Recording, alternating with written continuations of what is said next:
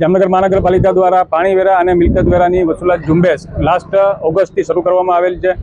મોટાભાગના આસામીઓને જેની રકમ 50,000થી ઉપર છે તેઓને આપણે વોરંટ અને અનુસૂચિ મહાનગરપાલિકા દ્વારા 13/2થી 100% વ્યાજ માફી યોજના સતત ચોથા વર્ષે આપણે જાહેર કરેલ છે. તેમ છતાં પણ શહેરીજનો દ્વારા પોતાનો બાકી રહેતો મિલકત વેરો અને પાણી વેરો મહાનગરપાલિકામાં ભરપાઈ કરેલ નથી. આ આસામીઓને આપણે ગત તારીખ 6ના એક જાહેર નોટિસથી સૂચિત કરેલ હતા કે ભાઈ આપનો બાકી રહેતો પાણી વેરો અને મિલકત વેરો છે એ 100% વ્યાજ માફી યોજનાનો લાભ લઈ અને મહાનગરપાલિકામાં ભરપાઈ કરો. તેમ છતાં પણ શહેરીજનો દ્વારા આ વ્યાજ માફી યોજનાનો લાભ લીધેલ નથી અને પોતાનો બાકી રહેતો પાણી વેરો અને મિલકત વેરો મહાનગરપાલિકામાં ભરપાઈ કરેલ નથી.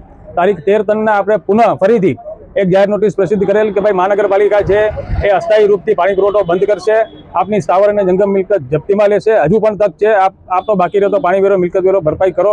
પરંતુ શહેરીજનો દ્વારા બાકી રહેતો મિલકત વેરો અને પાણી વેરો ભરપાઈ ન કરતા આજ રોજ આપણે આ પાણી પુરવઠો સપ્લાય બંધ કરવાની ઝુંબેશ શરૂ કરેલ છે અને લાગત એવા વોર્ડ અને સોસાયટીઓ આપણે પસંદ કરેલ છે કે જ્યાં 450થી 500 કનેક્શનો એક વિસ્તારની અંદર આવેલ છે.